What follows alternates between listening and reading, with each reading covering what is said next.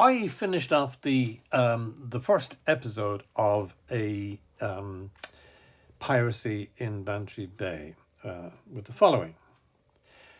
Constantly present in our bay over the ages was the grisly and greedy industry of piracy.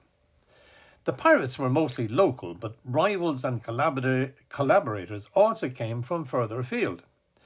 In the days of sail, Beara and Bantry were, given fair winds, just a short sea hop for English privateers and the French corsairs and pirates from Brest.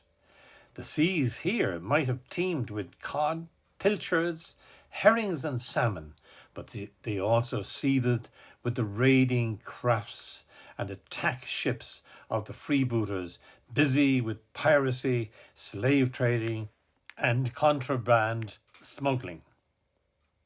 Which leads me to attempt to describe, in some detail, a set of intriguing but violent and bloody events that took place here less than a mile across the bay from this very strand. Over 300 years ago, a French privateer at point-blank range blasted broadside after broadside at one house and one family. They followed the bombardments with ferocious shore party attacks, and they did this not just once, but a second time after a lapse of 6 years. Note in this illustration of a ship of the times flying the British flag. Well, that could very well have been a French boat there, because it was quite common for them to fly. I suppose you'd call it a flag of convenience. And certainly the French boat did do that in Bantry at that time. They were aided and abetted by local people, both on board the French vessel and on shore. And it would seem that during the bombardments, there was also quite a community watching on and cheering on the French from the shore. As to why all this was happening in this way is fascinating. And very unusually, we have a tremendous amount of detail about the events of that time. The man under attack by the French and the Irish was one Jacques Fontaine.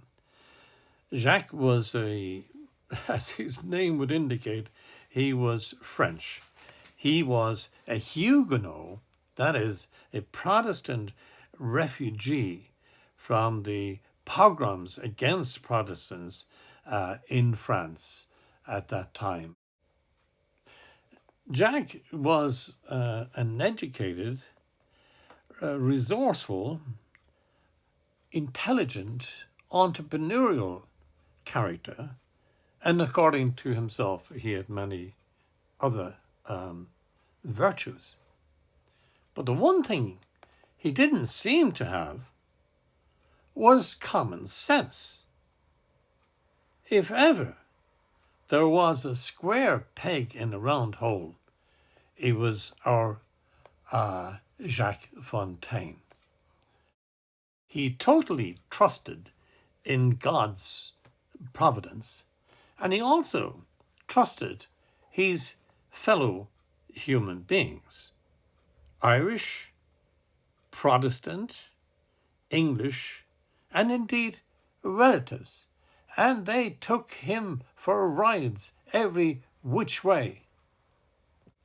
And we know all this because the brave Jacques, at a later period in his life when he'd left West Cork for Dublin, and he wrote a very full account of his life, and he has given details of what life was like in West Cork in that time. I can't stress enough how unusual, how unique it is to have such a detailed account of life in the southwest of Ireland at that time, at the end of the 17th century. That's the 1690s up to about 1710. It is absolutely unique. Now, I will put up links to Jacques' book in the description, and I'll have the page numbers and all that sort of thing, and also an indication as to where you can get it in a library. But of course, there will be a link to online sources. There is the best of entertainment and education to be had from following the leads into this story. And that's how I got into this story. Shortly after I arrived down here, sometime in the early 90s, talking to a couple of local people, I picked up the leads, if you like, of Sod Castle, which absolutely intrigued me, and the description of some fields along the shore that I pointed out at the beginning of this video. Along that shore towards Bank Harbour were fields called Palace Fields. And in following up why they were called this, it led to the whole story of Jacques Fontaine. But now, contrary to expectations by myself and from others, I'm going to leave the subject here. I'm going to let you investigate, research the subject. You have an awful lot more clues now than I had at the beginning. Now, I know the story. I know it only too well, very extensively, and I was tempted at one stage to write a book on the subject. There's certainly enough material there for a book, or maybe an MA thesis, perhaps even a PhD. But I have more pressing subjects to deal with.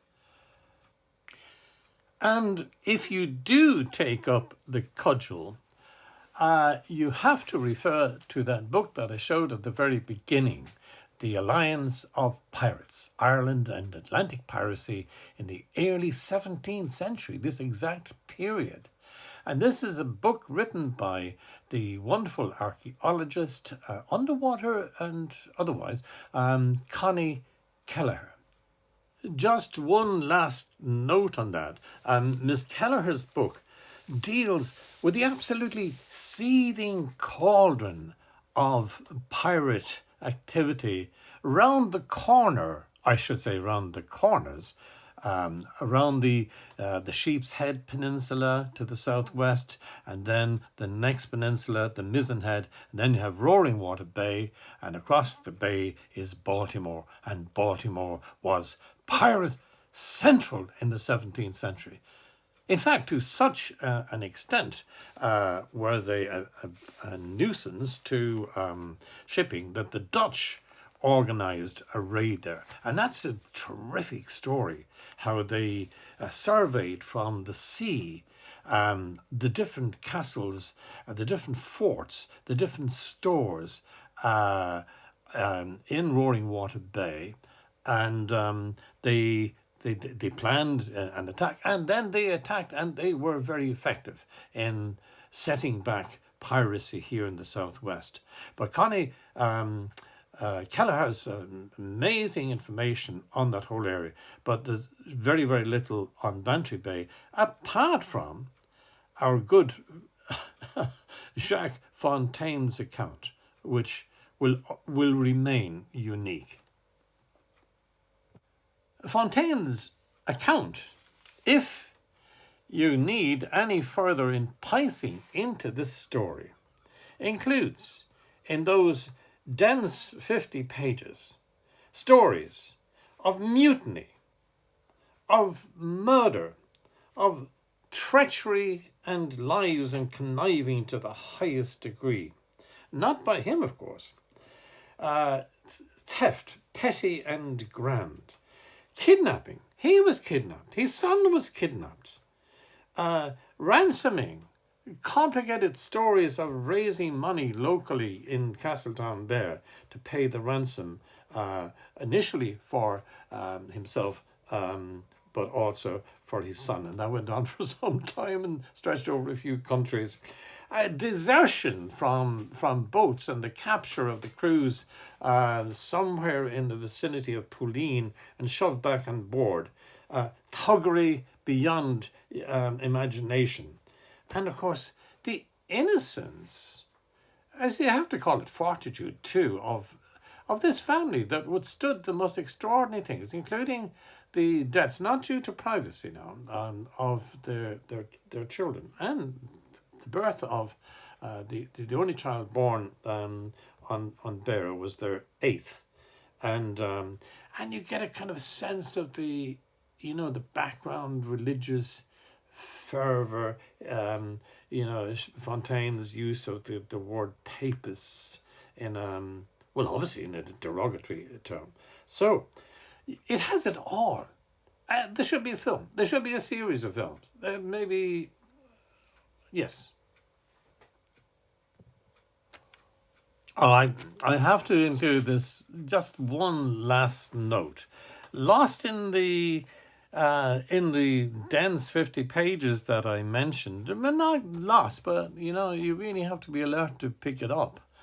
You'll find all sorts of things that you can deduce, how much land he had, how much he paid for it, this whole thing about collops and ploughlands and townlands and all that sort of thing, and the measurements of volumes and weights, tierces and hogsheads and all that stuff.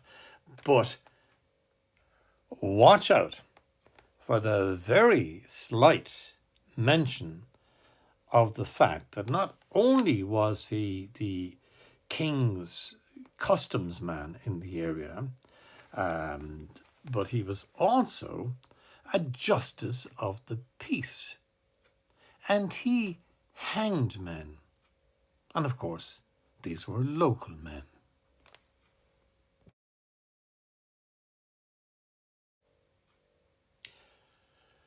Well, it's then I heard the old man say, "Leave her, Johnny, leave her, for tomorrow, me buggers, you'll get your pay, and it's time for us to leave her.